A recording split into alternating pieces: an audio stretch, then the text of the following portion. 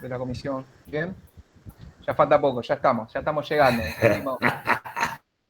La última El último parte del empujoncito. recorrido, ya casi lo tenemos, ¿sí? No nos queda nada. Los voy a alentar un poco a avanzar este pequeño camino que queda para el integrador, ¿sí? Y ya cerrar la nota de la materia, ¿bien? ¿Qué nos quedaría por ver? Bueno, hoy vamos a ver algunos ejercicios del sector externo, ¿sí? Vamos a repasar algunas cositas de las que charlamos el martes, para ya cerrar el tema, ¿sí? La semana que viene terminaríamos la unidad 3, teoría y práctica del tema que sigue, ¿sí? Que lo vamos a ver la semana que viene, y nos quedaría por abordar la totalidad de la unidad 4, ¿sí? Que vamos a ver que son diferentes temas, más de índole macroeconómico, ¿sí? Cuando ustedes vean macroeconomía, cuando terminen de aprobar introducción a economía, aprueben introducción a economía ahora con el integrador, en segundo año van a tener macroeconomía y algunos de esos temas los van a ver en esa materia en profundidad, ¿sí? Bueno, pero a mí me quedó pendiente, no llegamos a terminar de ver todos los temas el martes por una cuestión de tiempo, ¿sí? Se nos hizo un poquito extensa la clase, entonces vamos a comenzar por ahí, ¿sí? Sin perder más tiempo, me voy a la presentación donde terminé el martes pasado y comenzamos con la clase de hoy, que sería ya cerrar sector externo, ¿sí? Estuvimos charlando el martes pasado algunas de las teorías que tratan de fundamentar una defensa de, por ejemplo, el liberalismo económico en los mercados mundiales, ¿sí? La libertad, la apertura de los mercados, ya lo decían los economistas clásicos, ¿no? La teoría de las ventajas comparativas de David Ricardo, o la defensa a ultranza del proteccionismo, como lo planteaban los mercantilistas, ¿sí? Y después empezamos a analizar varios temas. Uno de ellos, obviamente, tiene que ver con la balanza de pagos, ¿no? Dijimos que esa era la herramienta que la contabilidad nacional utiliza para un poco medir las transacciones económicas entre residentes y no residentes del mundo, del resto del mundo. Vimos cómo estaba compuesta la balanza de pagos, obviamente en esta clase también lo vamos a abordar. Y a lo último introduje lo que era el mercado cambiario, el mercado de divisas, ¿no? Gente que ofrece divisas, moneda extranjera, llámese, y gente que demanda esas divisas, esa moneda extranjera. Veamos cómo en los mercados libres se determinaba el precio de la divisa, libre oferta o libre demanda, o podía existir la posibilidad de que el Estado, mediante algún tipo de regulación, intervenga en esos mercados, ya sea fijando el precio de la divisa, o fijando la cantidad que se debe comercializar de esa divisa en el mercado. O regular el precio o la cantidad comercializada. Pero no nos vayamos tan adelante. Vamos a retomar lo que vimos en nuestra última clase, ¿sí? Bueno, esto lo vimos los mercados cambiarios, vimos los tres sistemas que existen, fijo, tipo de cambio flexible y el control de cambios, cada uno con sus particularidades, ¿sí? Vimos qué pasaba cuando aumentaba o bajaba el tipo de cambio, ¿sí? Vimos que si estoy en flexible, eso se denomina depreciación o apreciación, dependiendo si sube o baja el tipo de cambio, o el valor de la divisa, el valor de la moneda extranjera, llámese, por ejemplo, el dólar. Y vimos que si yo estoy de tipo de cambio fijo o control de cambios, ese aumento o esa disminución del tipo de cambio tenía otro nombre. Y ahí hablábamos de devaluación o revaluación, y eso podía afectar a la balanza comercial de un país. Así un país puede exportar más o puede importar menos dependiendo de la variación del tipo de cambio, el valor del dólar, por ejemplo. Dijimos que si el dólar, por ejemplo, o el valor de la divisa aumentaba, la balanza comercial tendía a mejorar. ¿Sí? ¿Por qué? Porque las importaciones se encarecen, sale más caro comprar en mi moneda los bienes importados, tienden a caer las importaciones y se tiende a incrementar el valor de las exportaciones. ¿Sí? Porque obviamente si yo tengo un campo, soy un productor sojero, a mí me conviene que el tipo de cambio aumente. Porque como yo exporto, por ejemplo, soja, a mí me conviene que el tipo de cambio aumente el precio de la divisa. ¿Por qué? Y obviamente, porque en la medida que aumente el tipo de cambio, por cada dólar que yo pueda llegar a recibir, me van a dar más pesos. En ese caso, al exportador le conviene. Y obviamente va a vender más al exterior, porque la moneda nacional se desvaloriza. Entonces, el extranjero, con su moneda extranjera, puede adquirir más bienes de producción nacional. Sale más barato. Somos más baratos nosotros. Bueno, pero cambiemos un poquitito de tema. Vamos a adentrarnos en el tema de hoy. Vamos a ver, pues yo en un momento en la clase pasada les comenté que la contabilidad nacional va a tomar en cuenta cuando una economía es abierta o cerrada. ¿Sí? Y uno de los aspectos que se va a modificar si una economía es abierta o cerrada es el cálculo del producto. El producto de una economía. Vimos que si una economía es cerrada, yo podía calcular el producto por varios métodos cuando vimos cuentas nacionales. El método del producto, teníamos el método del gasto o el método del ingreso. Cuando una economía es abierta, esto se va a modificar un poquito. ¿Por qué? Fíjense, esta sería la economía cerrada, ¿sí? Esta sería una economía cerrada, teníamos las familias, el sector familia, uno de los polos, el otro polo eran las empresas, y si yo incorporo al Estado, al sector público, veíamos que el Estado podía afectar de varias formas tanto a la familia como a las empresas. Es decir, el Estado podía brindarle bienes y servicios, y para poder financiar esa producción de bienes y servicios le podía cobrar impuestos a las familias o a las empresas. O podía darle dinero a las familias mediante las transferencias, jubilaciones, pensiones, planes sociales, o podía subsidiar la producción de determinadas empresas. ¿Sí? Entonces, cuando una economía es abierta y tiene relaciones con el resto del mundo, con el sector externo, ¿sí? Hay ingresos que se generan fronteras cerradas dentro de las fronteras de un país, pero a esa economía, si una economía es abierta, pueden comenzar a ingresar, ¿sí? Pueden arribar al país ingresos que se generan afuera, pero que ingresan a la economía, o parte de los ingresos que se generan puertas cerradas se pueden filtrar al exterior. ¿Sí? Acá yo voy a incorporar un concepto que se llama el INFE. ¿Qué es el INFE? Son las siglas de ingreso neto a factores del exterior. Es decir, en esta economía van a haber ingresos, pagos de ingresos a factores que están en el exterior, pero que ingresan al país, y hay pagos a factores extranjeros de mi economía, ¿sí? Pero que se van hacia el exterior. Por ejemplo, en la economía nacional puede ingresar dinero del resto del mundo, del exterior. Por ejemplo, no sé, un futbolista que genere ingresos en el exterior, pero acá está su familia. Entonces ese futbolista puede traer parte de sus ingresos al país. Los ingresa. Pero parte de los ingresos generados puertas cerradas se pueden filtrar hacia el exterior. Por ejemplo, si una empresa multinacional que tiene una sucursal en el país obtiene beneficios, utilidades, puede remitir parte de esas utilidades a su casa matriz. Entonces, parte de ese ingreso que se generó acá en el país se filtra hacia el exterior. Es decir, pueden entrar y salir constantemente capitales, flujos de ingresos. ¿Sí? Cosa que en una economía cerrada, eso no podría ocurrir. Y eso me lleva a plantear lo siguiente también. Esto si yo incorporo al sector externo. Yo ya lo había incorporado al sector público cuando vimos sector público. Entonces, ¿cómo se modificaba ahí el producto?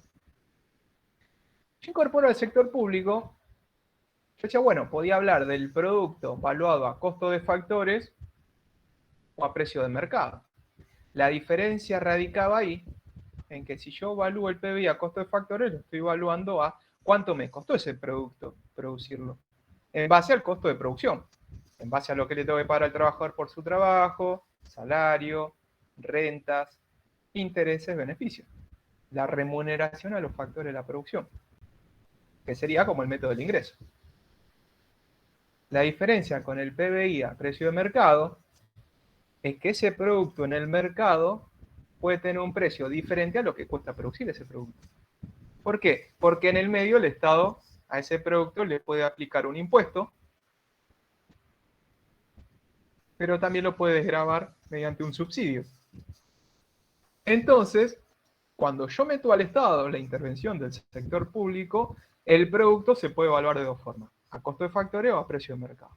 Si yo lo evalúo a precio de mercado, tendría que considerar el PBI a costo de factores e incrementarlo por el impuesto que cobra el Estado, por ese producto, que esos eran los impuestos indirectos, los que recaían sobre transacciones, compra y venta de productos o sobre la producción de ciertos bienes. Impuestos trasladables. ¿Se acuerdan cuando vimos la clasificación de impuestos directos e indirectos? Le sumo los impuestos indirectos y le debería restarle los subsidios. Es decir, que cuando estoy evaluando el PBI a precio de mercado, lo estoy evaluando a precio que realmente el consumidor paga por ese producto en el mercado, no cuánto realmente costó producir ese producto. En el medio está el Estado, la intervención con los impuestos y los subsidios. La diferencia entre PBI a costo de factoría y a precio de mercado. Y vuelvo a esto del PBI interno o nacional cuando la economía es abierta al mundo. ¿En qué va a incidir la participación de un sector externo activo? En que ahora yo puedo hablar de dos tipos de productos. Puedo decir producto interno o producto nacional. Como en una economía abierta entran constantemente y salen constantemente flujos de ingresos de capitales entre los diferentes países, yo dije que en mi economía puede haber factores productivos que generan ingresos acá, llámese una empresa extranjera, o un extranjero, una persona, un individuo, que genera ingresos acá, pero quizás no lo destina a la economía nacional, lo destina a otros países. Yo le di el ejemplo de una empresa extranjera que gana utilidades y que la remite al exterior a su casa matriz, pero también tenemos que tener en cuenta que hay familias extranjeras viviendo en Argentina, de otra nacionalidad, que obviamente obtienen ingresos, generan ingresos en el país, pero que se pueden destinar hacia el exterior. Y obviamente hay argentinos dando vuelta por el mundo que generan ingresos que los ponen en Argentina. Se me ocurre la mayor cantidad pueden ser futbolistas, pero puede haber empresarios, trabajadores, que ganan ingresos, pero que deciden enviárselo a sus seres queridos que están en el país. No hay tantas empresas argentinas dando vuelta por el mundo, pero ellas también pueden generar ingresos y remitir sus utilidades a la Argentina. Vuelvo a este concepto que dije de INFE, ingreso neto a factores del extranjero. Y acá lo vemos un poquito mejor en el mapita este. Hacia Argentina pueden llegar ingresos de factores argentinos en el exterior, pero también se pueden ir mediante los pagos a esos factores extranjeros en Argentina, hacia el exterior. Entonces, ¿qué hago? Una distinción entre el producto interno y nacional. ¿Cuándo es interno? Cuando es ingreso, ese producto es generado puertas adentro, dentro de las fronteras del país. ¿Y quién lo genera? No me interesa. Me interesa que esté dentro de Argentina, interno. ¿Se entiende? El producto interno es generado por todos los factores residentes en Argentina, sin importar la nacionalidad. Residentes y no residentes. Me interesa que estén dentro de Argentina, para que sea interno. ¿Cuándo es nacional? Ahora sí hablo de nacionalidad. El producto nacional es generado, es ingresos que generan todos los factores productivos nacionales, estando en el país o en el exterior. ¿Sí? ¿Qué hago para calcular el producto nacional? Al producto interno, por ejemplo, llámese PBI, Producto Bruto Interno, le sumo el INFE, ingreso neto de factores del exterior. ¿Qué hago? Sumo todo lo que recibo del exterior, todos los ingresos que entran a Argentina, esos serían los cobros de los factores nacionales en el exterior, eso es lo que viene para acá, sería la flechita A, y le resto B. ¿Qué sería B? Y el pago a los factores extranjeros que están en Argentina, en nuestro país, pero que se van hacia el exterior. Y así calculo el Producto Nacional. ¿Se entiende? La diferencia cuando es interno y cuando es nacional. O sea que por más que la empresa sea internacional, pero está trabajando en Argentina, el producto es nacional. Por ejemplo, qué sé yo, Es Shell, producto interno, producto interno. ¿sí? Eso es producto interno. Esa empresa está en Argentina y genera ingresos en Argentina. Bien. Si vos querés pasar a calcular el producto nacional, todo el ingreso que esa empresa genere, pero que lo remita al exterior, eso lo tenés que descontar para hablar del producto nacional. O sea, lo tendría en cuenta dentro del producto interno, todo el ingreso que genere acá, puerta cerrada, pero ¿qué pasa? No lo tendría en cuenta en el producto nacional. Porque esa empresa genera utilidad y la remite al exterior. Es un factor extranjero. Sí, Ese entonces, ingreso que no es recibe. lo mismo interno que nacional. A eso voy. Interno, exacto. A eso voy. Cuando digo interno, esa empresa es el ingreso que esa empresa generó puerta cerrada. Pero como no es un factor productivo nacional, es extranjera esa empresa, no la voy a tener en cuenta al calcular el producto nacional. Solo voy a hablar de los factores nacionales.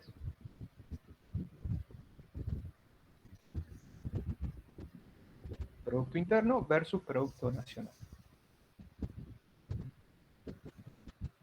Bueno, y de esto también hablamos en su momento cuando vimos cuentas nacionales, y ya con esto un poco cerramos lo que nos había quedado pendiente. Cuando hablo de la oferta y la demanda global en una economía abierta, va a ser muy diferente que en una economía cerrada sin sector público o en una economía cerrada con sector público. ¿Por qué? Porque si mi economía es una economía cerrada y sin sector público, ¿cómo calculo el PBI? Y bueno, como lo calculábamos cuando vieron, por ejemplo, la matriz de insumo producto, o cuando vimos cuentas nacionales, que tenía que sumar el consumo privado más la IBI, la inversión bruta interna, que era la suma o el resultado de la suma de la IBIF, la inversión bruta interna fija, más la variación de existencia. Eso si yo estoy en una economía cerrada y sin sector público. Pero si yo estoy en una economía abierta y incorporo al sector público, que hablamos la semana pasada del sector público, se me va a empezar a modificar un poco el PBI, el cálculo del PBI.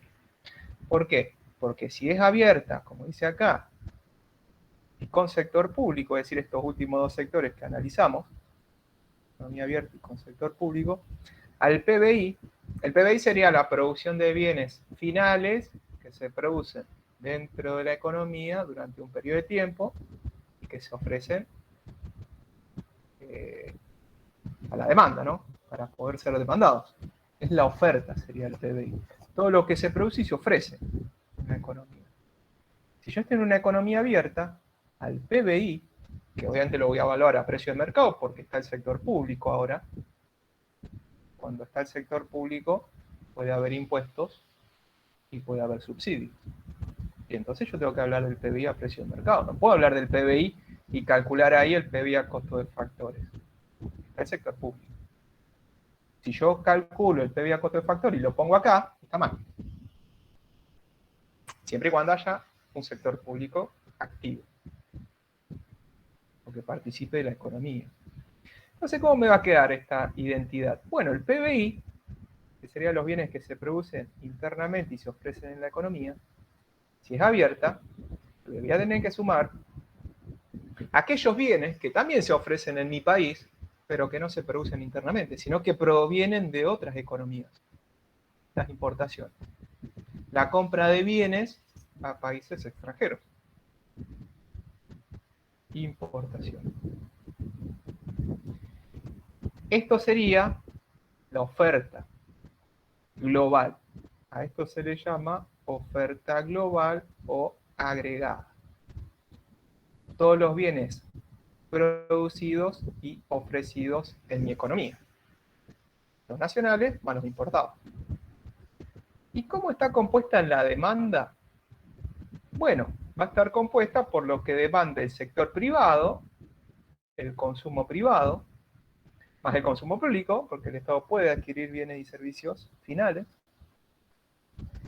más la IBI, privada y pública, la inversión tanto del sector privado como del sector público, y si es una economía abierta también, hay productos que se producen en mi economía, pero que no se demandan acá, sino que se demandan en otros países. Son mis ventas al exterior, son las exportaciones, ¿sí? Entonces, esto lo voy a sumar del lado de la demanda. Me dan un segundito que voy a poner a cargar la compu. Me está quedando sin batería y ya seguimos la clase. Yo pensé que era la mía, estaba, porque si la tengo enchufada a la red, ¿cómo puede ser?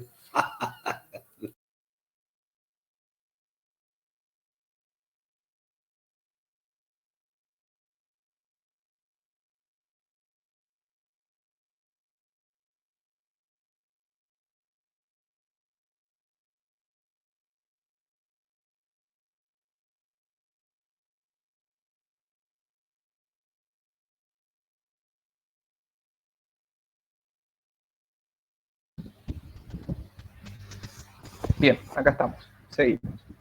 Entonces, estamos viendo cómo se modifica esta identidad entre la oferta y la demanda global en una economía abierta con sector público, es decir, bien compleja, con todos los sectores, ¿sí? Tenemos, por un lado, la oferta global, que debe ser igual, como en un mercado, para que esté en equilibrio, la oferta tiene que ser igual a la demanda, la oferta global tiene que ser igual a toda la demanda global o agregada. Esto sería la demanda global agregada y de este lado tengo la oferta agregada. ¿Sí? Como lo ven acá abajo. La suma del PBI a precio de mercado más las importaciones representa la oferta global y debería coincidir con la suma del consumo privado más el consumo público. Esta IBI acá están sumadas las dos IBI en realidad, la IBI del sector privado más la del sector público más las exportaciones. Al consumo público, algunos también lo conocen como el gasto público. Y a la inversión pública, si yo sumo la inversión pública más el consumo público, obtengo el gasto público. De esto obviamente vamos a hacer algunos ejercicios para practicar previo al integrador, porque algo de esto puede llegar a entrar. Bueno, la bibliografía de esta última parte que charlamos recién, cómo se modifica el cálculo en la contabilidad nacional cuando incorporo el sector público y el sector externo, lo van a encontrar cuando vimos contabilidad nacional, en la unidad 3, primera parte. Páginas 28 a 30, ¿sí? Tienen todas estas fórmulas que vimos recién, ¿no? Cómo se calcula la oferta global, la demanda global, cómo pasa el Producto Interno al Producto Nacional, cómo se modifica cuando incorpora el sector público, previa costo de factoría o precio de mercado. Esto en realidad ya lo vimos, ¿sí? Es un repaso, básicamente. Voy a salir de esta presentación, que es lo que nos había quedado pendiente en nuestra clase pasada, ¿sí? Hasta ahí no llegamos. La idea de la clase de hoy, como le dije que en estos jueves íbamos a hacer un poco de práctica también, o practicar en base a lo que vemos de teoría, un análisis de algunos ejercicios y cómo lo deberíamos responder o resolver. Vayan a actividades, si lo tienen en comunidad o se lo imprimieron, está en el cuadernillo de actividades, unidad 3, segunda parte. ¿Sí? Dice actividades. Nosotros habíamos hecho algunos ejercicios de sector público, si mal no recuerdo hicimos los primeros 3, no sé si lo recuerdan. Vamos a avanzar con el 4, ¿sí? Hicimos hasta el 3, ¿no? Del sector público. Sí, profe, lo que estaba chequeando. Sí, sí. Bien, hicimos el ejercicio 3 de ese cuadernillo, de unidad 3, segunda parte, porque está dividido por sectores los ejercicios. El ejercicio 4 arranca con el sector externo. y después viene el otro sector. Pero eso va a ser la semana que viene. Vamos a hacer el ejercicio 4 de la práctica, ¿sí? Este ejercicio lo que plantea es la siguiente idea. Dice el enunciado: ¿en qué cuenta del balance de pagos de nuestro país incluiría estas transacciones? Nosotros vimos la clase del martes que esta balanza de pagos, este registro sistemático en donde se realiza un registro, valga la redundancia, de todas las transacciones económicas entre los residentes de un país y los no residentes, se contabilizan en la balanza de pagos. Y esa balanza de pagos tiene cuentas. Vamos a repasar un poquito esto, ¿no? Dijimos que el balance de pagos tiene cuentas, 4 principalmente, 4 cuentas. Cuenta corriente, la cuenta capital, cuenta financiera y una cuenta de ajuste o de descarte, podríamos llamarla, que es la cuenta de errores y omisiones. La cuenta corriente registra las transacciones habituales que se dan entre diferentes países o entre residentes y no residentes. Por ejemplo, compra y venta de bienes y servicios entre países, exportaciones e importaciones, ingresos primarios, es decir, remuneraciones a factores de la producción, sería ingresos primarios, e ingresos secundarios serían transacciones básicamente que tienen que ver con transferencias. ¿Sí? Ejemplos, pago de jubilaciones, alguna donación que reciba, ¿sí? Alguna ayuda humanitaria que recibe el país de algún organismo internacional. Operaciones sin una contraprestación a cambio. Cuenta capital. En la cuenta capital registrábamos aquellas transacciones con activos no financieros, ¿sí? Generalmente eran bienes, por ejemplo, compra y venta de tierra, pase de jugadores de fútbol, patentes, marcas, etc. Y otra de las cuentas importantes es la cuenta financiera, el monto, porque acá lo que se van a registrar son las transacciones de activos y pasivos, sí, financieros. Y acá es donde vamos a registrar los flujos de capitales que se dan entre diferentes, entre residentes y no residentes. Flujos de capital, entrada y salidas de capitales financieros. Que como vimos en la clase del martes, pueden ser esos capitales de riesgo o de préstamo. Todos los flujos financieros se registran en la cuenta financiera. Y obviamente esta cuenta financiera también tiene algunas subcuentas, digamos que hay una subcuenta llamada inversión directa, de cartera, los derivados financieros, otra inversión y los activos de reserva. Y esta cuarta cuenta, error y omisión, era una cuenta de ajuste. ¿Sí? Bien. Teniendo en cuenta las 4 cuentas, la cual se compone la balanza de pagos, y qué se registra en cada cuenta, vamos a responder esto. ¿En qué cuenta el balance de pago de nuestro país incluiría estas transacciones? A. Venta de trigo a Brasil por parte de una empresa argentina. ¿En qué cuenta la ubicarían ustedes? ¿Dónde iría eso? ¿Cuenta corriente, capital, financiera o errores de omisión?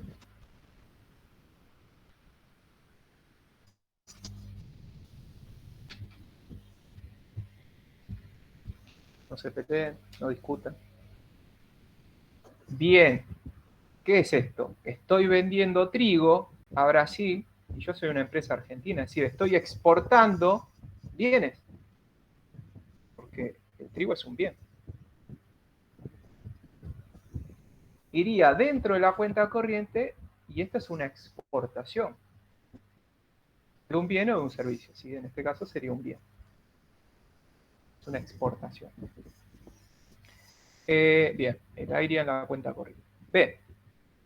Un flete es realizado por una empresa argentina por la operación anterior, por esta venta de trigo a Brasil. También entonces iría cuenta corriente. Bien, esto iría en la cuenta corriente porque está prestando un servicio. Exacto. Está prestando el servicio de flete. está exportando un servicio. Bien. Y obviamente por este servicio, a cambio, va a recibir divisas, porque no me van a pagar con pesos, me van a pagar en moneda internacional. Bueno, si es Brasil, probablemente Brasil me pague con reales y yo los acepto. C. Pasajes aéreos comprados por argentinos a la empresa American Airlines de Estados Unidos. ¿Dónde lo anoto? ¿En qué cuenta? ¿Cuenta corriente también, profe? Va ahí también dentro de la cuenta corriente, porque acá lo que estoy comprando es un servicio. Estoy Claro, importando un por eso lo servicio. veo. Claro, estoy comprando el pasaje y pago obviamente en dólares. Es una importación de un servicio y obviamente en la cuenta corriente. Bien. Y por esta transacción del país van a salir divisas, ¿no? Que se lo voy a pagar a la empresa norteamericana. Me va a recibir divisas, no puedo pagar con pesos. D. Crédito recibido por una empresa argentina del Citibank de Estados Unidos.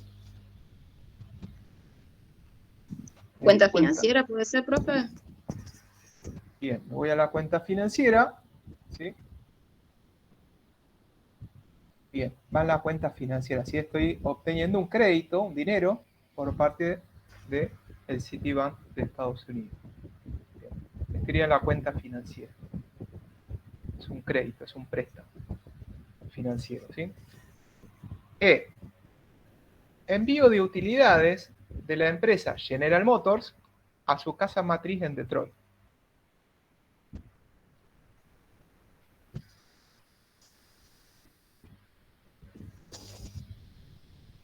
¿Dónde iría?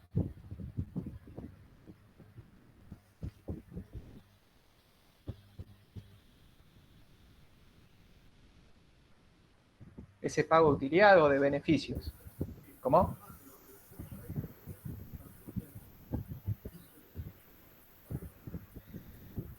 Podría ser por ese lado, o sea, arrancaste bien. ¿Por qué? Porque esta transacción yo la voy a registrar en la cuenta corriente.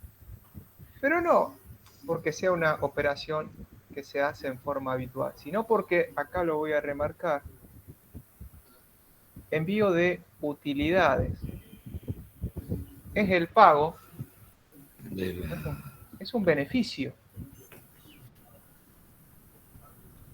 Es la remuneración a un factor productivo. La empresa, digamos, al empresario.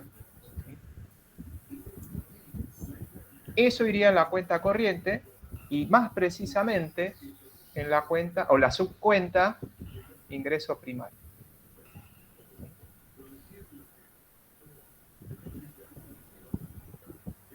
Pago de salarios a uno residente,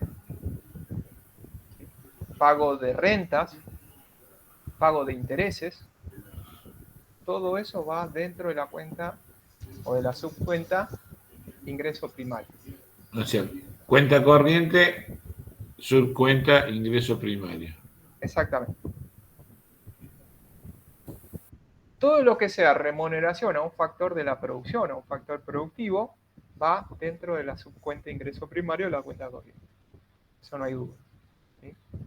Salarios, intereses, rentas, beneficios, utilidades, ganancias. Por eso, como decíamos antes en el ejemplo de la empresa extranjera que está en Argentina generando utilidades, ¿sí? Toda esa remisión que se hace de utilidades al exterior se anota en esta subcuenta, ingresos primarios. Obviamente es una salida de divisas del país. Va con signo negativo.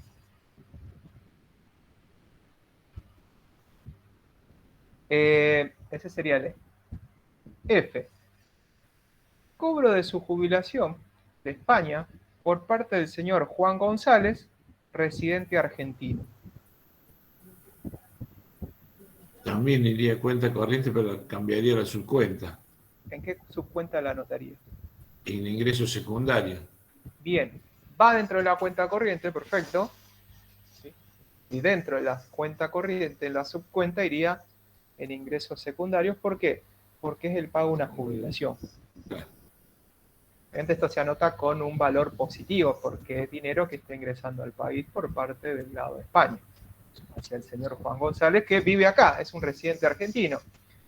Quizás nació en España. Trabajó allá y cobró la jubilación, pero se vino a vivir acá después. Claro, está viviendo actualmente acá, pero el gobierno español le paga la jubilación.